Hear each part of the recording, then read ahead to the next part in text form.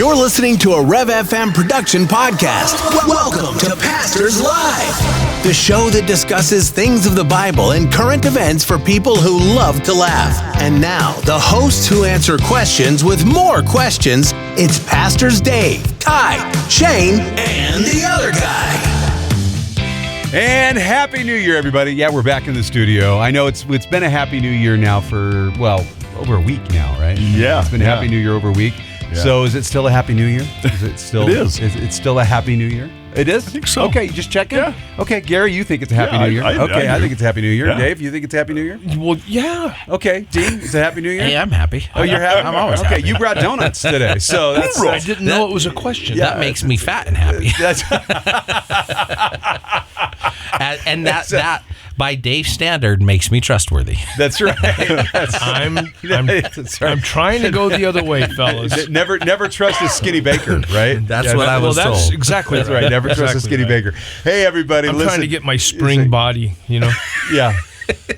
Yeah, right? because right now my body just goes boing, boing, boing. And my wife says that's not what they mean by spring body. That's My, not what they mean my by wife spring, goes, that's right. Dean, you're still moving and you sat down 20 minutes ago. Yeah. Ow, ow. Oh, ouch. It's a holly jolly Christmas. It's the best time of the year. Yeah, okay.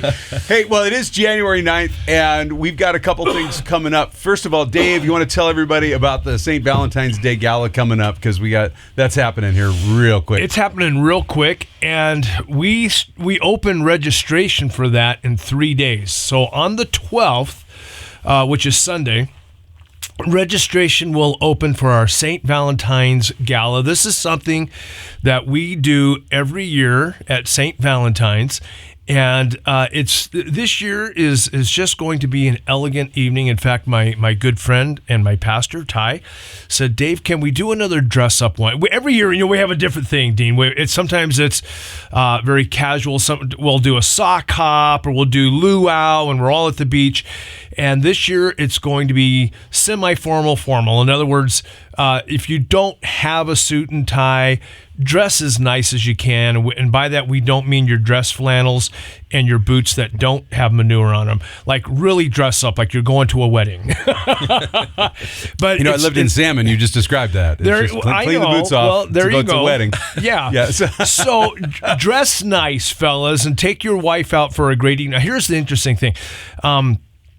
We are doing it here in the church fellowship hall, but the fellowship hall is transforming into the Black Forest, and it's going to be an elegant evening.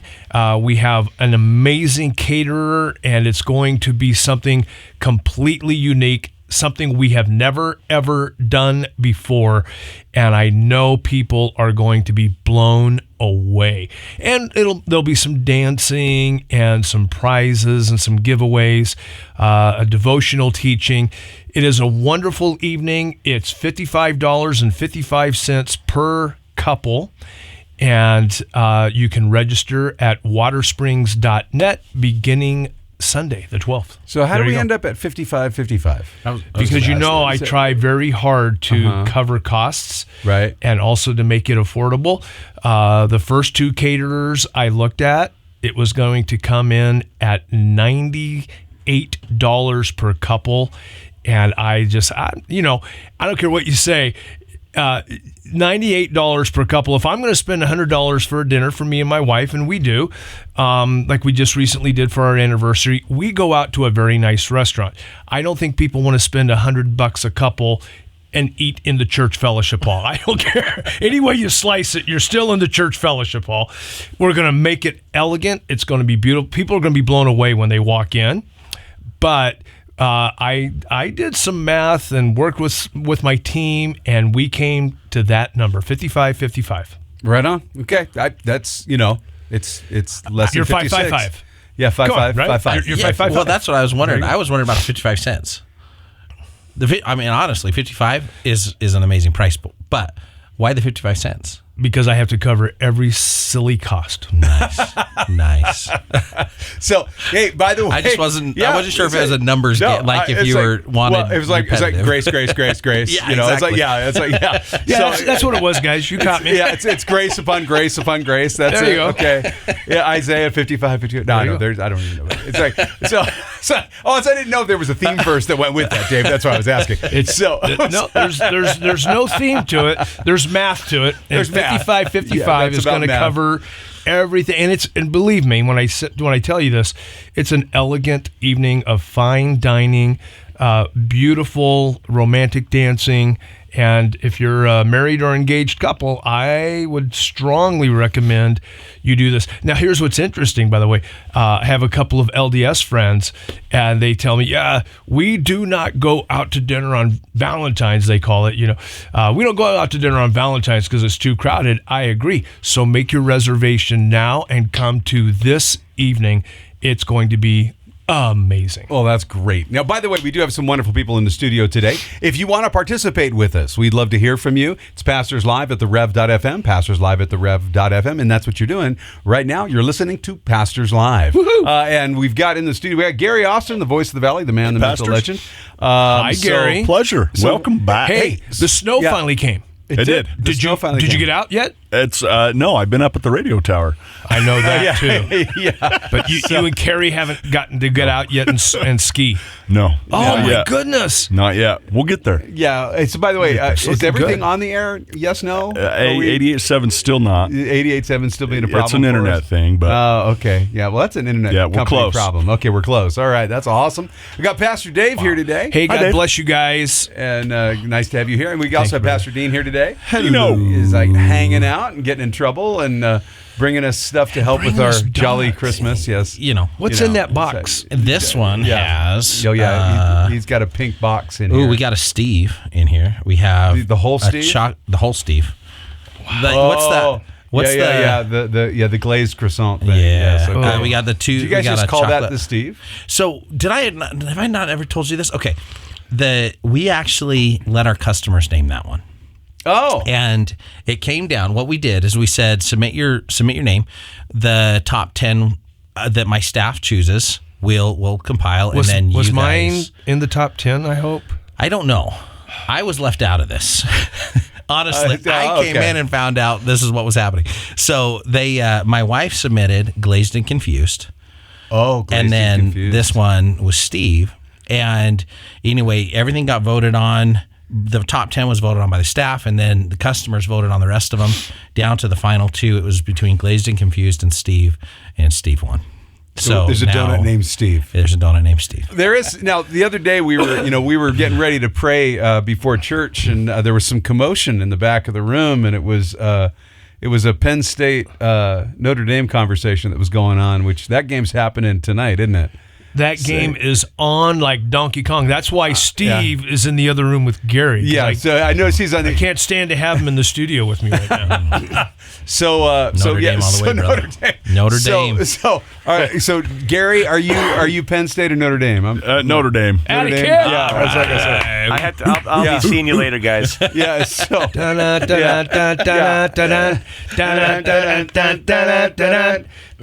Actually, not a song, which is unfortunate. Okay, so Dean, you should recognize the Notre Dame theme song really well. Oh, yeah, I was doing the Fighting Irish dance. Yeah. kid. But here's the thing. I mean, you understand that Pocatello High School. So that is Yep. the Notre Dame.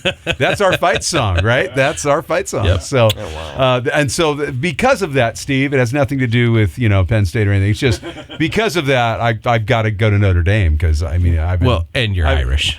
Well, yeah, that's I am Irish. So who's against the? Everybody's for the Irish. Who's against the Irish? Steve Redmer. Redmond. That's right. So Nittany okay, Lion. What's a Nittany Lion, Steve? And everybody Seriously. else.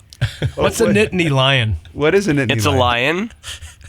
That knits. Well, no, on the knitting knees. lion. A knitting lion. The, A knitting lion. the lion. It's because there's a mountain right behind the stadium. It's called Mount Nittany. Oh, okay. So I they always call it wondered Nittany. what that was about. Yeah. Okay. Okay, is that- How did you become a Penn State fan, Steve? Oh, my family's from Pennsylvania. Oh, okay. My that immediate makes family. sense. I've got family. My immediate family is from Philly, And then I have cousins and aunts and uncles that were over in the Pittsburgh area. So it was inevitable. Do you need a donut or coffee? What do you need? Do any Notre Dame fans want a donut? What's that? I'll tell you what. Let me eat that Steve, just like the Irish are going to eat the Lions tonight. We need a Penn State donut. Please tell me. White. Please tell me you guys are actually going to watch the game together, because I just want to fly on the wall. I hate to say this. I hope I don't get in trouble. I will be at Buffalo Wild Wings with my small group. Tonight is my small group night, and I pleaded with my small group. I said, do you guys mind if we watch the game while we're talking and having our small group? I just want the game up. And so we're going to Buffalo Wild Wings. They're going to put the game up for us. Well, that solves that problem. That solves that problem completely. So, right? Hey, so we've got some. Donuts also solve problems. Well, I've noticed that donuts can heal a lot of wounds. Actually, I thought it was time, but I've discovered it was donuts. You just went with a regular maple ring? So, I did. Wow. I did. Yeah, just because he's being nice to Steve. Because Steve's gonna have to lick wounds tomorrow. Redmer's So going to if need Steve, if Steve eats the Steve, He always eats cannibalism? the is it cannibalism? I'm not sure. Well, Steve always eats the Steve. He whenever I loves the go Steve. in the donut place, I tell everybody that it's named after me. So. All the guests. We don't all the deny customers it. are like, oh wow. We don't correct it. Right. Well, listen, hey guys, we've got some great Bible readings today. Man, We're in kidding. Matthew chapter 8. We're in Proverbs chapter 2. We're in Psalm chapter 9, and of course we're in 2 Chronicles 21. And Which is where you find one of the saddest verses in the entire Bible. Well, and go with it, Dave. Go for Right. it. So, with the big fat donut in my mouth, at the end of 2 Chronicles 21, when this evil king dies, right? And he's the son of Jehoshaphat, pardon me, but he has not walked in the ways of the Lord. In fact, he's an evil king, and he is so evil that he dies of his bowels coming out. I mean, that's really a nice conversation, right? But How's that donut, Dave? At the very end, this donut is told good. And I'll tell you why this donut's good, because my bowels are not falling out. That's right. So for people who say This program might I need to think come the with a Bible warning. might be a little bit boring. If you have a teenage son and he says, "I don't know, Dad, the Bible's a little boring," you can take him over and show him where Herod dies of being eaten by worms, Right. and here an evil king dies because his bowels come out, and it takes 2 years for his bowels to come out. I mean, which is the grace of God saying, "Hey, you've got 2 years to repent. Don't be an idiot. Repent." Yeah. And he instead endures this severe pain. But look what it says. It says, when he died, the people made no burning for him. Like there was no bonfires, there was no celebratory, memorial fires, nothing. They didn't mourn. And it says in verse 20, 32 years old was he when he began to reign. He reigned in Jerusalem 8 years and departed without being desired. I think the New King James says, to nobody's sorrow, he died. Can you imagine what a thing to say about a king of Judah?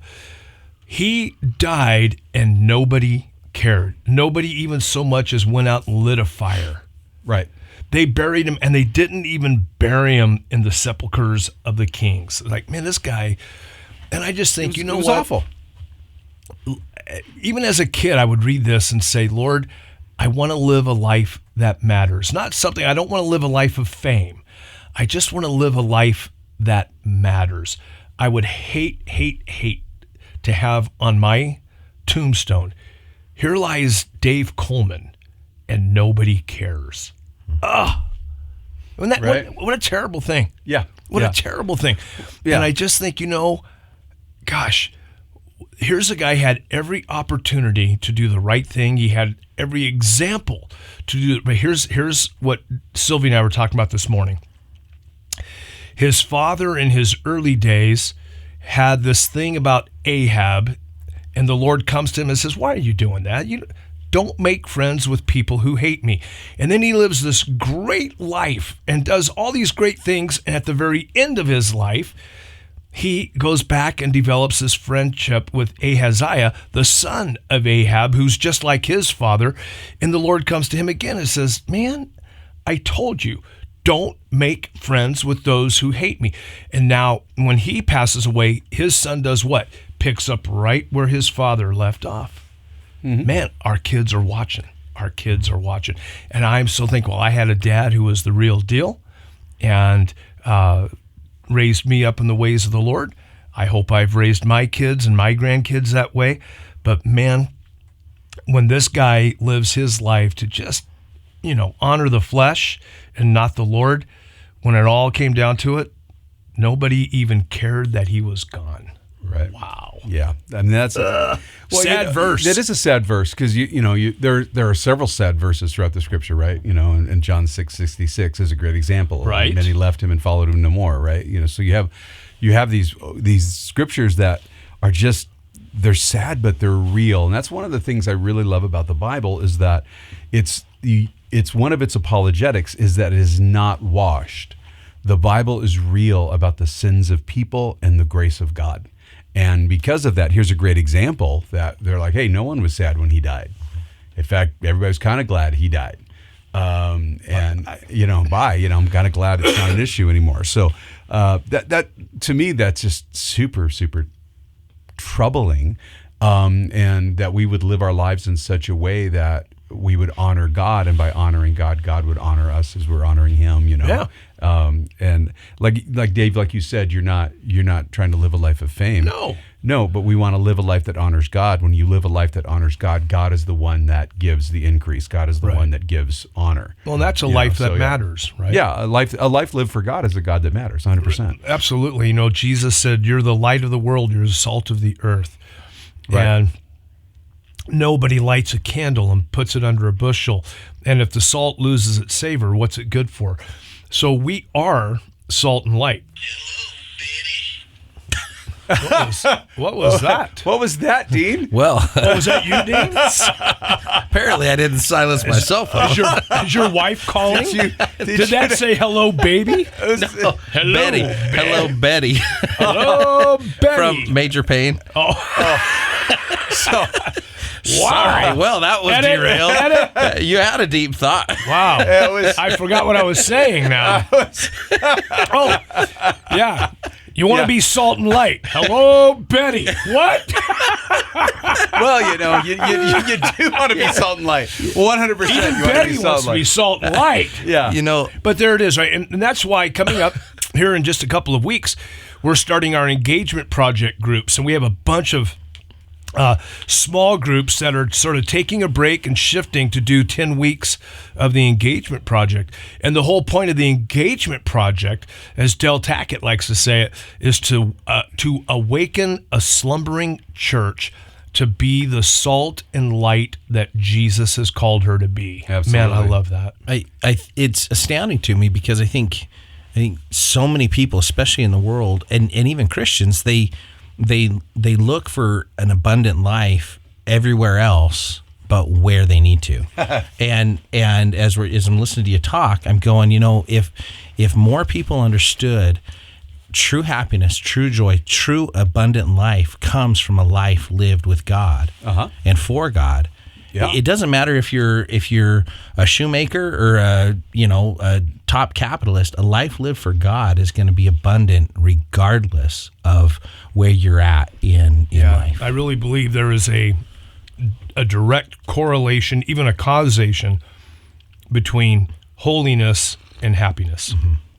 Oh, without question, right. 100%. The Christian who tries to straddle the fence with 1 foot in the world and 1 foot in the church, and I don't even say 1 foot in discipleship. Just, I go to church, but I live Monday through Saturday, like the world. But then I go to church on Sunday and do my church thing. That you're going to be the most miserable human being. You just are. It's a tale of two cities. It really is. You can't. And you can't live in both. No, you can't. House divided can't stand. You'll either hate one and love the other, or else you'll love the one and despise the other. But you can't serve both. No, and you know, God You're calls gonna us have to serve serve and worship somebody. Him. Yeah, that's right. Gonna have to serve somebody.